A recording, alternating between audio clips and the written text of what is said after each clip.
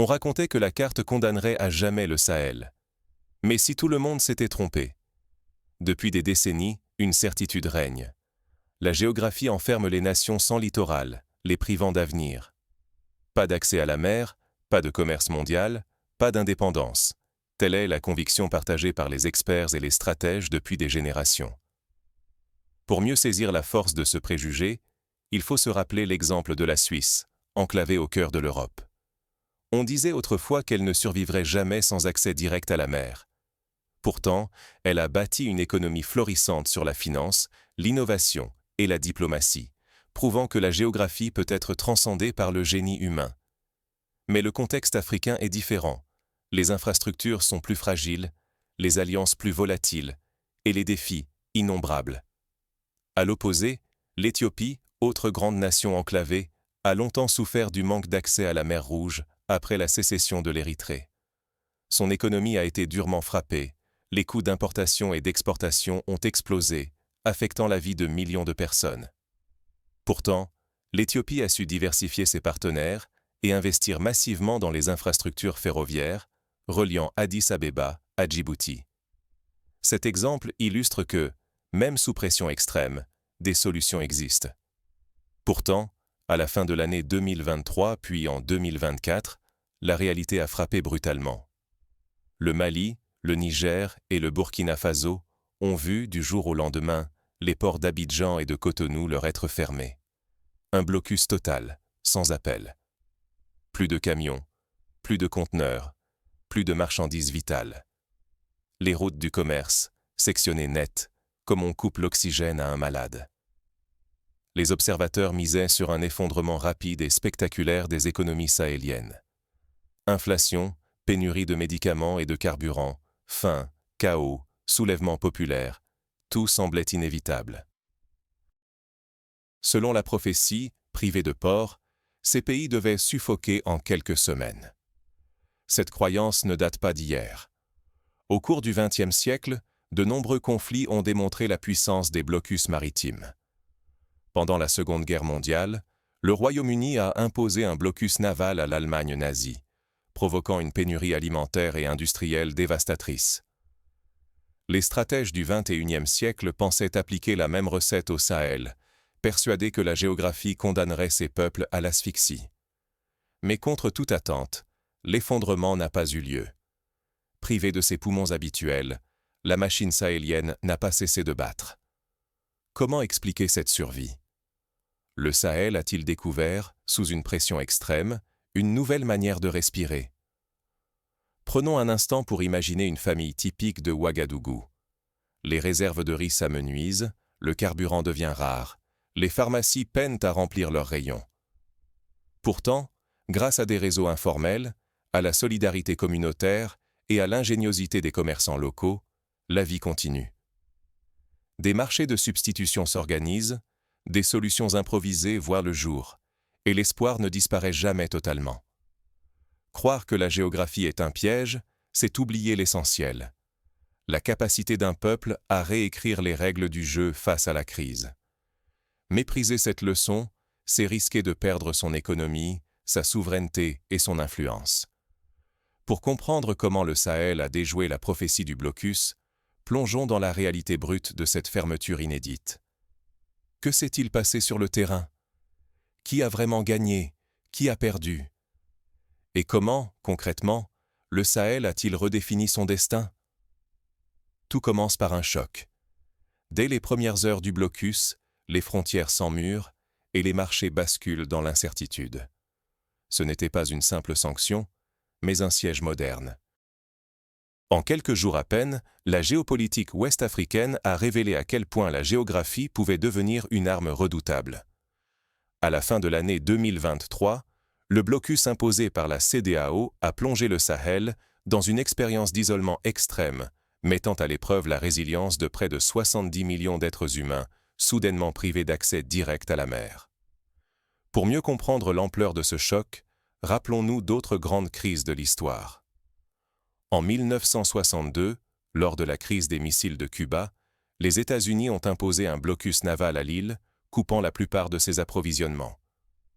La population cubaine a souffert d'un manque cruel de produits de base, mais elle a aussi développé des systèmes de troc et de solidarité qui ont permis de survivre. Dans le cas du Sahel, la différence réside dans la capacité à s'appuyer sur des réseaux terrestres alternatifs et des solidarités régionales. Tout a commencé par la fermeture stricte des ports d'Abidjan et de Cotonou, véritables poumons logistiques du Niger, du Burkina Faso et du Mali. Du jour au lendemain, des centaines de milliers de conteneurs sont restés immobiles sur les quais. Cargaisons de nourriture, médicaments, pièces de rechange, espoirs gelés. Les routes commerciales, jadis animées par la rumeur des moteurs et la poussière des convois, se sont tues. Frontières verrouillées, barrières dressées, soldats en alerte. La région enclavée s'est retrouvée coupée du monde. Imaginez la scène. Des files interminables de camions bloqués aux frontières, leurs chauffeurs obligés d'attendre sous un soleil de plomb, sans savoir si la route s'ouvrira de nouveau. Les entrepôts se remplissent de marchandises non livrées, tandis que les marchés de Bamako, Niamey ou Ouagadougou voient leurs rayons se vider en quelques jours. Dans les campagnes, les agriculteurs s'inquiètent de la pénurie d'engrais, et dans les villes, les hôpitaux commencent à rationner les médicaments. Derrière cette manœuvre radicale, les calculs étaient froids. Pour les capitales occidentales et les puissances côtières, l'asphyxie économique devait semer le chaos.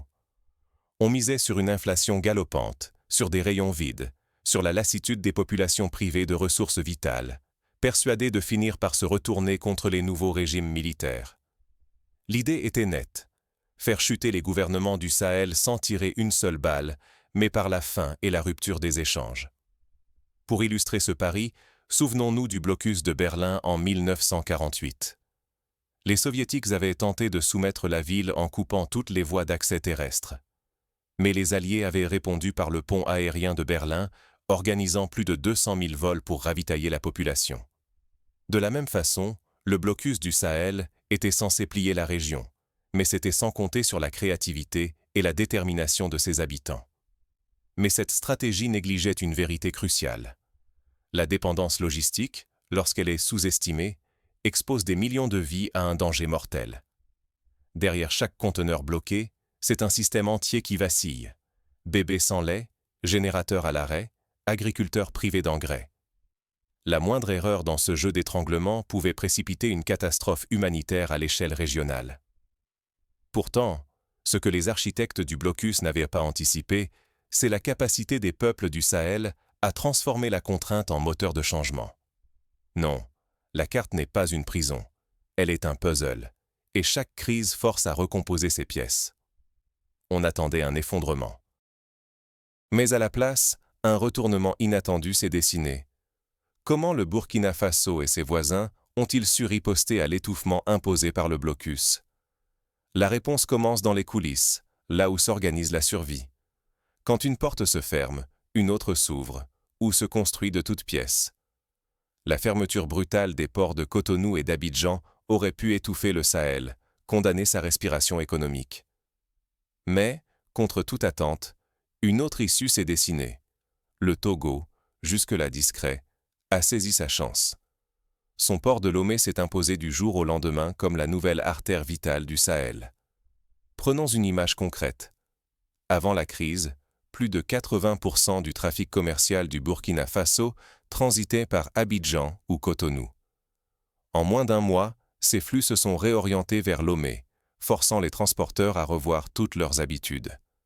Les sociétés de logistique ont dû négocier de nouveaux contrats, former leurs chauffeurs à de nouveaux itinéraires et investir dans des équipements adaptés à des routes parfois plus longues et moins sûres. Là où d'autres ont opté pour la fermeté, Lomé a joué la carte de la neutralité active. Ce mince couloir de terre, longtemps à l'écart des grands enjeux régionaux, a refusé la logique du blocus. Dockers, chauffeurs et douaniers togolais ont embrassé le défi. En quelques jours, le port s'est ouvert à des flux massifs, réorientant le pouls économique d'un sous-continent entier. Le résultat ne s'est pas fait attendre. En quelques semaines, la quasi-totalité des convois qui, depuis des générations, passaient par le Bénin ou la Côte d'Ivoire, ont changé d'itinéraire. Burkina Faso, Niger, Mali. Ces pays enclavés ont rompu avec leurs habitudes, bouleversant des alliances anciennes. Pour Cotonou et Abidjan, c'est un choc historique. Des milliards de francs s'évaporent, des milliers d'emplois menacés. Pour donner un ordre de grandeur, les recettes douanières du port de Cotonou ont chuté de près de 40% au premier trimestre suivant le blocus. Les compagnies de transport béninoises ont vu leur chiffre d'affaires s'effondrer, provoquant des licenciements massifs et des grèves à répétition. À Abidjan, le ralentissement des activités portuaires a mis à mal la rentabilité de nombreux opérateurs logistiques. Mais l'audace togolaise ne s'arrête pas là. Au cœur de la révolution, le port sec, ou dry port. Au lieu de décharger et de dédouaner les marchandises au port maritime, les formalités se déplacent à l'intérieur des terres. Cela revient à déplacer la frontière administrative à Ouagadougou, Niamey ou Bamako. Les marchandises quittent Lomé sans attendre, filent sur les routes du Sahel, échappant à l'immobilisme des terminaux saturés. C'est une accélération sans précédent, une optimisation qui redéfinit la carte et le temps du commerce régional. À titre d'illustration, le port sec de Ouagadougou a doublé ses capacités de traitement en moins de 3 mois, offrant des emplois à des milliers de jeunes et réduisant les délais de livraison de plus de 50%. Les importateurs peuvent désormais récupérer leurs conteneurs en quelques jours, au lieu d'attendre des semaines à cause des formalités portuaires traditionnelles. Cette bascule inverse la logique d'hier. Le Sahel, autrefois à la merci de ses voisins côtiers de l'Ouest, puise désormais un nouveau souffle venu du Sud-Est. La géoéconomie régionale s'en trouve bouleversée. Le centre du pouvoir logistique glisse. Ignorer cette agilité, c'est risquer de perdre l'accès à des marchés essentiels et s'exclure durablement des dynamiques du continent. Mais derrière cette adaptation fulgurante se cache une réalité plus nuancée. Comment ces nouveaux circuits tiennent-ils face aux obstacles logistiques et politiques qui s'accumulent sur la route? Le pain du Sahel voyage désormais sous escorte, mais à quel coût réel? Pour briser le blocus, il a fallu orchestrer l'impensable. Des convois de plusieurs centaines de camions, protégés par l'armée, surveillés par des drones, escortés par des véhicules blindés. La route du Serpent de Fer, ruban d'asphalte reliant le port de Lomé au cœur du Sahel, s'est métamorphosée en corridor militaire, surveillé jour et nuit comme une ligne de front. Un exemple frappant.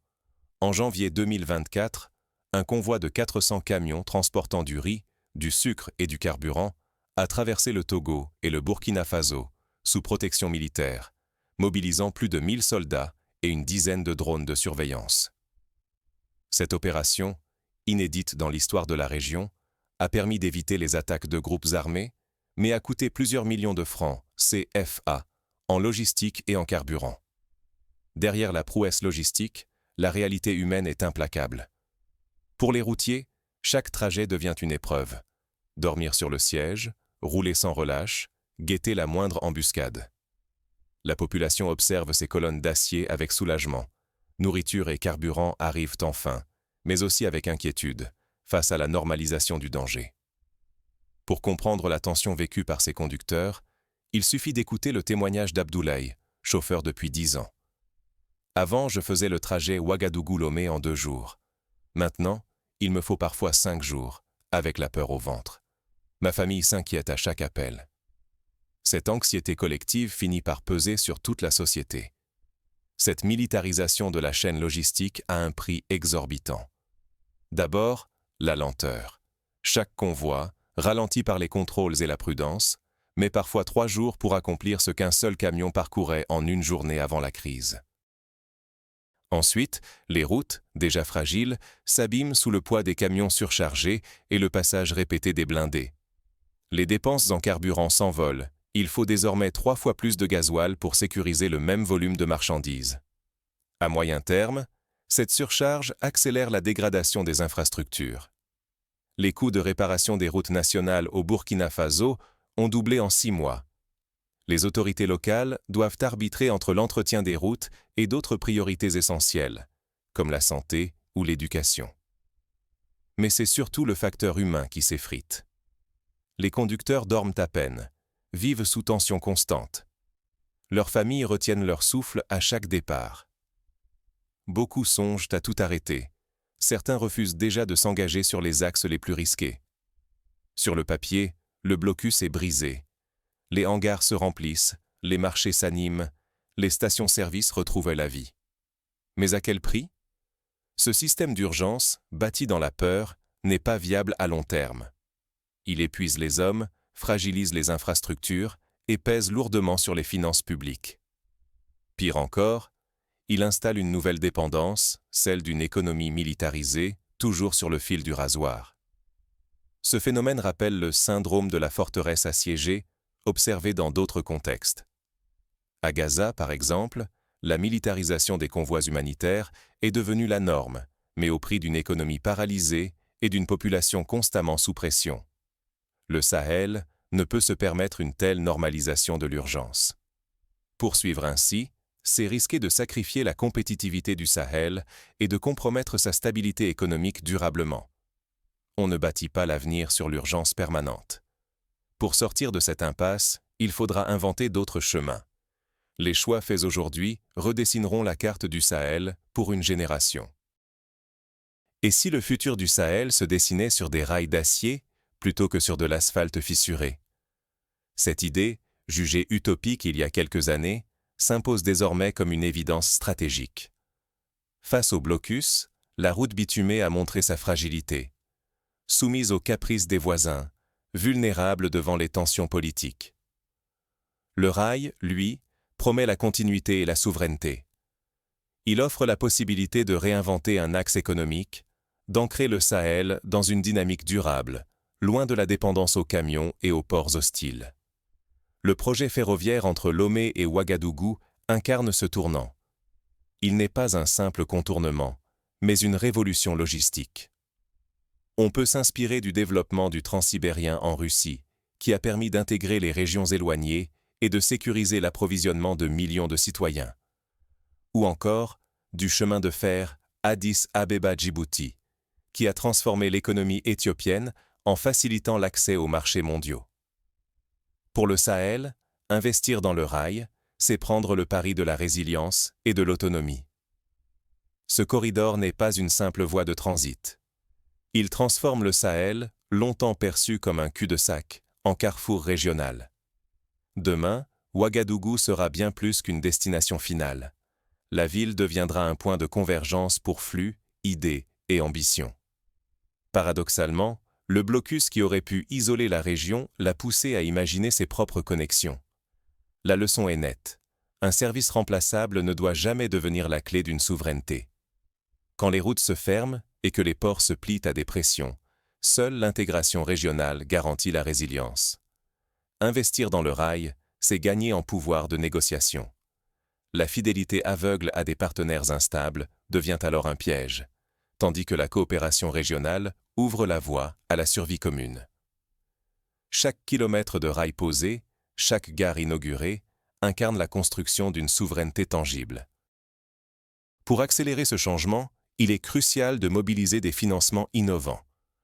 Les partenariats publics-privés, l'émission d'obligations souveraines dédiées aux infrastructures ou la mobilisation de la diaspora peuvent offrir des sources de capitaux. L'expérience du Maroc, qui a su bâtir le TGV le plus rapide d'Afrique grâce à une combinaison d'investissements nationaux et internationaux, est un exemple inspirant. Le corridor Togo-Sahel symbolise cette renaissance. Un axe indépendant, économique et politique, bâti patiemment, convoi après convoi. Il démontre que l'émancipation ne se proclame pas, elle se construit dans la durée, par des actes concrets. Refuser d'investir dans ces solutions serait accepter la condamnation du Sahel à l'instabilité et à l'humiliation répétée.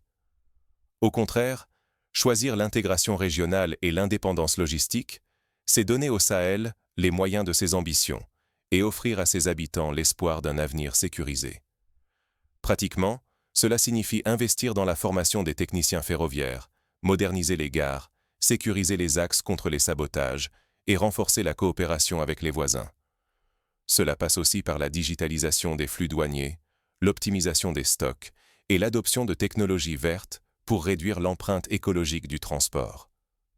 Finalement, cette crise interroge notre rapport à la géographie et à la souveraineté. Sommes-nous prêts à transformer les obstacles en leviers pour façonner notre propre destin?